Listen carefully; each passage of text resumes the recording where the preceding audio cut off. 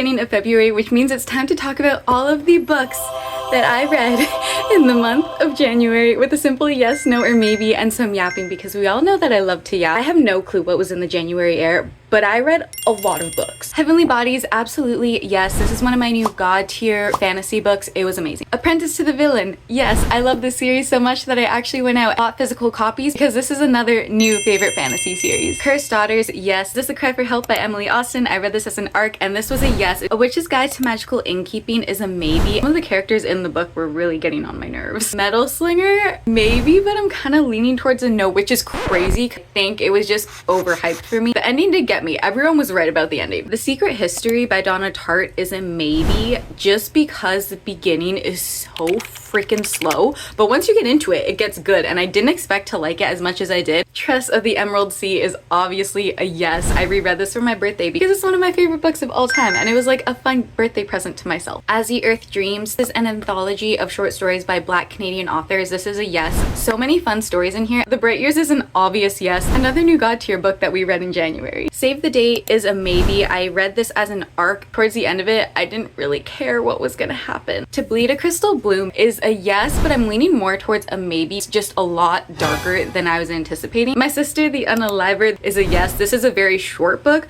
but it's crazy. The Cree Word for Love is an absolute yes, and there are so many stories in here that I was like, I just want a longer version of the story because it was absolutely amazing.